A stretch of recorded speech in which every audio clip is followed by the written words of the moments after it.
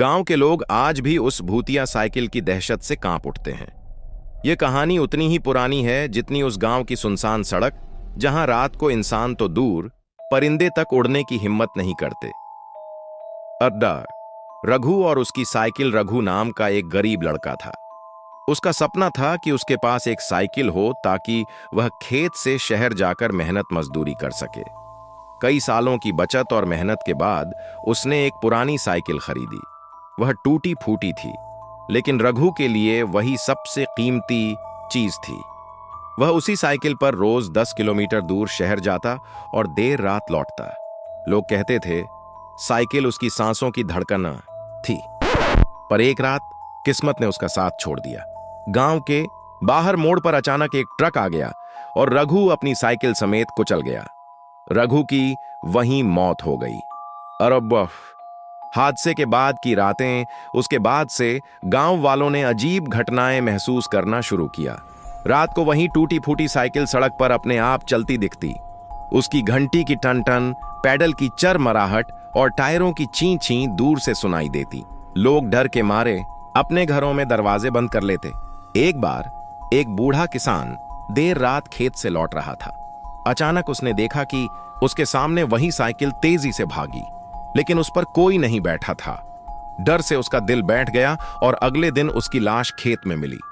कहा जाता है कि मौत से पहले उसने अपने बेटे से कहा था, बेटा, मैंने रघु को उसकी साइकिल पर जाते देखा, बिना शरीर के। डरावा 3 दोस्तों की हिम्मत। गांव में 3 दोस्त थे, मोहन, रामू और सलीम। वे इस रहस्य को सच मानने को तैयार नहीं थे। एक रात वे टॉर्च और कैमरा लेकर उसी सुनसान सड़क पर पहुंचे। घड़ी ने जैसे ही 12 बजाए, दूर से साइकिल की घंटी सुनाई दी। धीरे धीरे वह उनके करीब आई। वे तीनों हैरान रह गए। पैडल अपने आप चल रहे थे, हैंडल अपने आप मुड़ रहे थे और साइकिल की छाया जमीन पर लंबी लंबी फैल रही थी, लेकिन साइकिल पर कोई इंसान नहीं था। मोहन ने हिम्मत करके कैमरा चालू किया। तभी अचानक कैमरे की स्क्रीन काली हो गई और साइकिल तेजी से उनकी ओर बढ़ी। सलीम ने डंडा उठाकर मारने की कोशिश की, पर डंडा जैसे किसी हवा से टकराया और उसके हाथ से छूट गया। रामू डर के मारे भागा, लेकिन तभी साइकिल उसके सामने खड़ी हो गई। उन्हें लगा जैसे कोई अदृश्य ताकत उन्हें घेर रही है। अरवामडा जंगल और पीपल का पेड़। साइकिल अचानक मुड़ी और जंगल में घुस गई। तीनों दोस्तों ने उसका पीछा किया। जंगल में अंधेरा और उल्लुओं की आवाजें माहौल और भयानक बना रही थीं। आखिरकार वे एक पुराने पीपल के पेड़ के पास पहुंचे। वहां साइकिल खड़ी थी। अचानक हवा का तेज झोंका आया और उनकी टॉर्च बुझ गई। अंधेरे में उन्होंने किसी बच्चे के रोने की आवाज सुनी। धीरे धीरे एक परछाई उभरी, धुंधली पर साफ। वह रघु की आत्मा थी।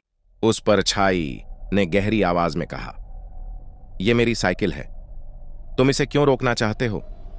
उसकी आंखों से लाल रोशनी झलक रही थी।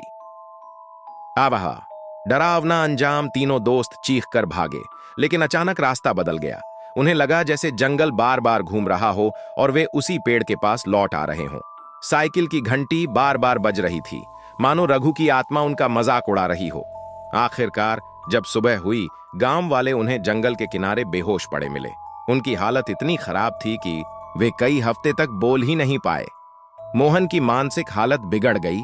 रामू ने गांव छोड़ दिया और सलीम कभी रात को घर से बाहर नहीं निकला। बददासी आज का सच, आज भी गांव वाले उस रास्ते पर रात को नहीं जाते। लोग कहते हैं कि जो भी उस साइकिल के पास जाता है, वह बीमार पड़ जाता है या किसी हादसे का शिकार हो जाता है। कहा जाता है रघु की आत्मा अब भी अपनी साइकिल के साथ सड़कों पर भटक रही है और जो उसकी राह में आता है उसे वह कभी माफ नहीं करता। इसलिए लोग डरते हुए कहते हैं, भूतिया साइकिल से दूर रहना, वरना उसकी परछाई जिंदगी भर पीछा करेगी।